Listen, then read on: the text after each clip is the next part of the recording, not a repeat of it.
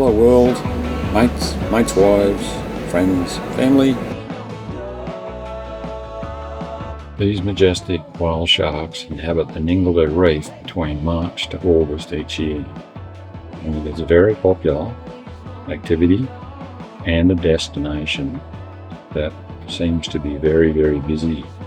Booked out would be the understatement. Swimming with these whale sharks was very high on my to-do list, but not possible on this trip, as there are no spots available. So if you're going to go to Exmouth, book ahead for accommodation and any activities that you want to get involved with. Well, it's been a long day. Travelled a little bit further than what we normally do.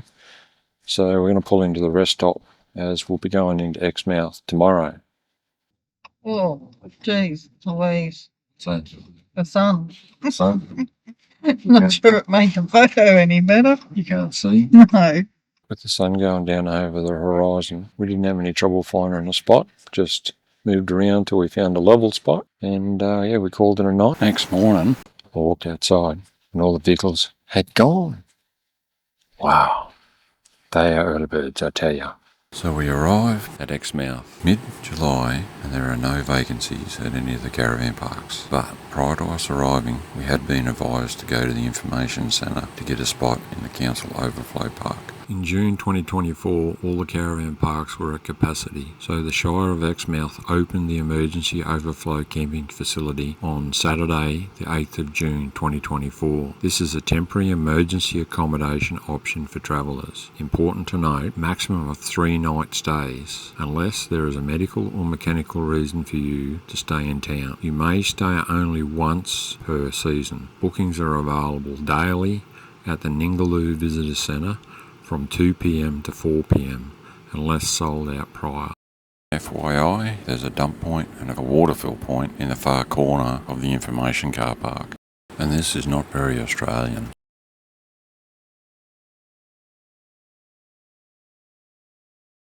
Well, that's nice. Kind of them to fuel up the service station.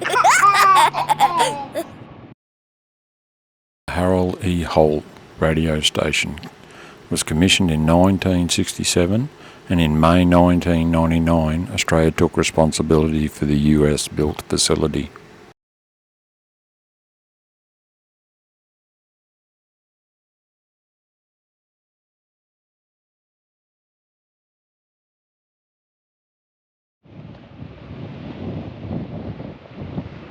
Bendigo Beach is a part of a national park which is just northwest of Exmouth. It has an elevated boat launching ramp, and it's a good point for access into the Exmouth Gulf, Ningaloo Marine Park, Mirren Islands and the Pilbara Inshore Islands. Protected from the east and southerly winds and rough oceans, but I dare say if it blowing from the north you might give it a miss.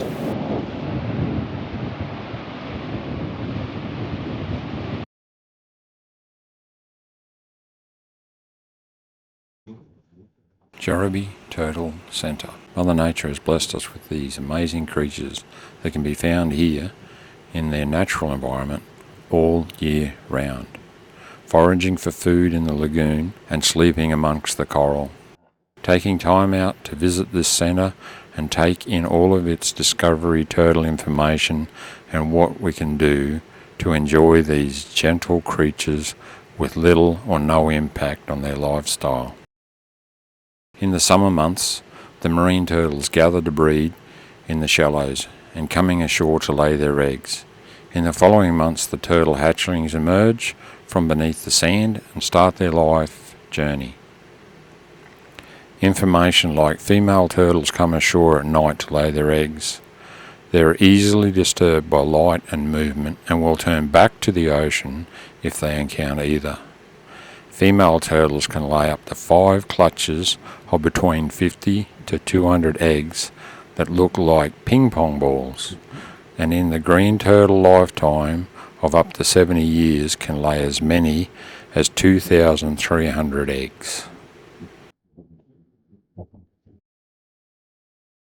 This coastline is one of the most hazardous stretches of coast in the world, and building a lighthouse on this coast had long been considered, but whoever said every cloud has a silver lining must surely have been referring to Fleming Head Lighthouse, a beacon born of disaster when the SS Mildura run aground. Back in 1906, federal government indicated it intended taking over lighthouses around Australia, and in the penny-pinching state government scramble to build more lighthouses before this happened, 4 locations were chosen. However, this location was not on the priority list. That is until the night before recommendations were to be made. Fate took hand. The wreck of the SS Mildura of Fleming Head prompted a chain of events that led to the Western Australia government borrowing money to build this graceful lighthouse on what was then a remote and desolate stretch of the coastline. Construction conditions were dreadful, and Frank Reedy died of dysentery during construction. Finally, the tower and the lighthouse keeper's quarters were complete, and the first beam blazed into the night on December 10th of 1912. The light was visible for 35 kilometres on a clear night and operated for 60 years up until April 1969, when it was replaced by an electrical beacon on Tower 11 in the VLF Harold E. Holt communication base. Then the lighthouse became a historical tourist attraction for many. The tower is just over 12 metres high and the base diameter is 5 metres.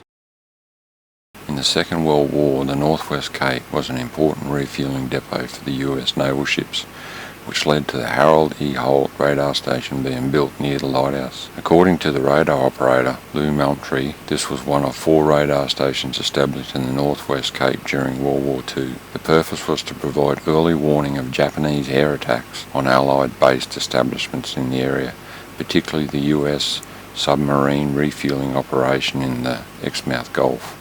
The men who were posted here lived in and around the lighthouse keeper's cottage, now within the caravan park below, and led to a lonely and often boring life in extremely harsh conditions. This headland is named after William D. Fleming, who charted this headland in 1696, and is the same guy who mapped sections of the Western Australia coast, also discovering and naming the Swan River in Perth after he came face to face with a black swan on the 10th of January 1697. And we make our way from the lighthouse down to SS Mildura.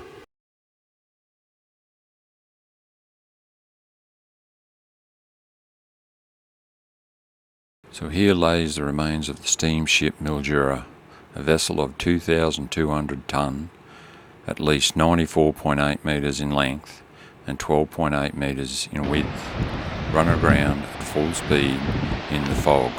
Cargo, crew and passengers were rescued 6 days after SS Mildura crashed and came to be firmly rested on the reef in March 12, 1907. At its time of its demise, there were also 500 cattle aboard being transported from the Kimberley. Many had already perished due to the lack of water, as the water tanks had been damaged.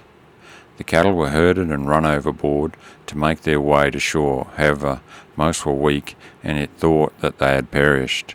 Salvaged for its timber and iron and the materials used in the renovation of the Yardie Station homestead.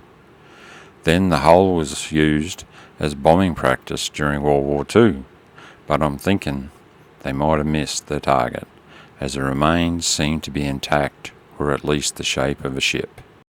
This is the Tandabidi boat ramp, and this one faces to the Southern Ocean, on the opposite side of the mainland to the Bundigi boat ramp. And the location where you get on the boat to go out and see the whale sharks, stingray, manta ray, coral reefs, and whales. Anyway, just make sure you book ahead. Don't be like me and miss out.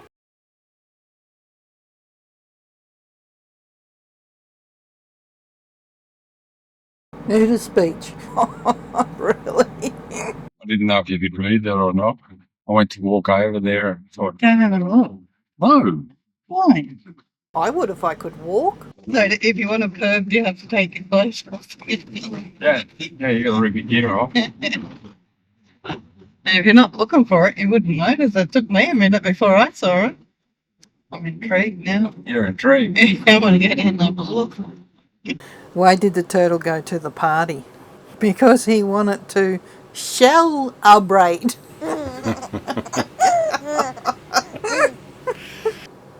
Why did the whale go to the singing audition? Because it wanted to hit the high C's note. Oh dear. Little Johnny's teacher asked him, how did the chicken cross the playground? Little Johnny replied, to get to the other slide. My neighbour just banged on the wall at 3:20 a.m. Can you believe that? Lucky I was still up playing music. He banged and shouted, can we have a little respect, please? So I shouted back, I'm not a big Aretha Franklin fan, but okay, this one's for you. That's pretty cool. I saw my mate Tommy this morning. He's only got one arm. I said, where are you going to? He said, I'm going to change this light bulb. I said, will you not find that awkward? He said, not at all. I've still got the receipt. Wife, can you stop yawning when I'm talking to you? Husband, I'm not yawning, I'm trying to say something. Oh yeah, of course that one's funny. Oh, that's a cracker.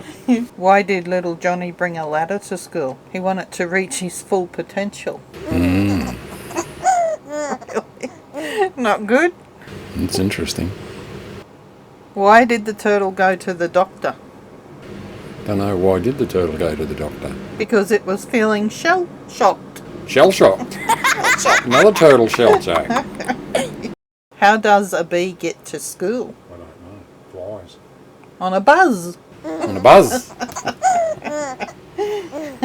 On a buzz. That one was cool. Yeah, that was good. I got that.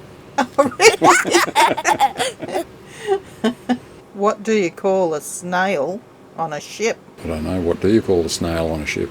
A snailer. Sailor. Snailer. Oh, okay. Thank God you explained it to me. My wife asked me why I spoke so softly in the house. I said I was afraid Mark Zuckerberg was listening. She laughed. I laughed. Alexa laughed. Siri laughed.